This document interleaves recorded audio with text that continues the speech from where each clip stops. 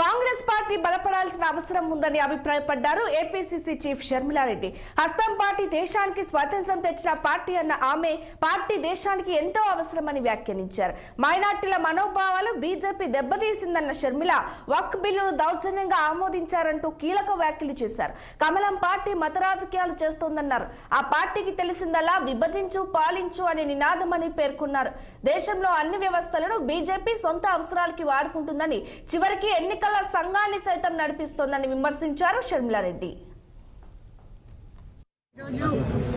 అహ్మదాబాద్ లో కాంగ్రెస్ పార్టీకి సంబంధించి సిడబ్ల్యూసీ మీటింగ్, ఈరోజు ఏఐసిసి మీటింగ్, రేపు కార్యక్రమాలను చేపట్టింది కాంగ్రెస్ పార్టీ.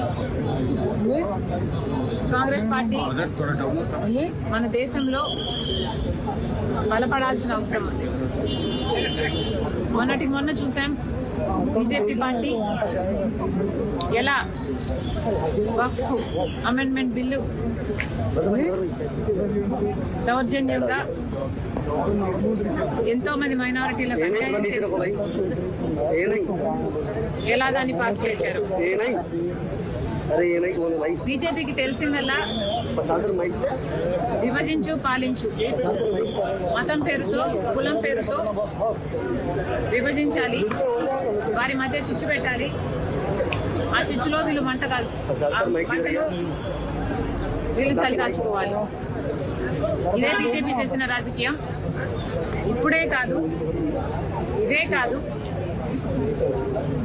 బీజేపీ మన దేశంలోని అన్ని వ్యవస్థలను, ఎలక్షన్ కమిషన్తో సహా అన్ని వ్యవస్థలను స్వలాభం కోసం వాడుకుంటుంది.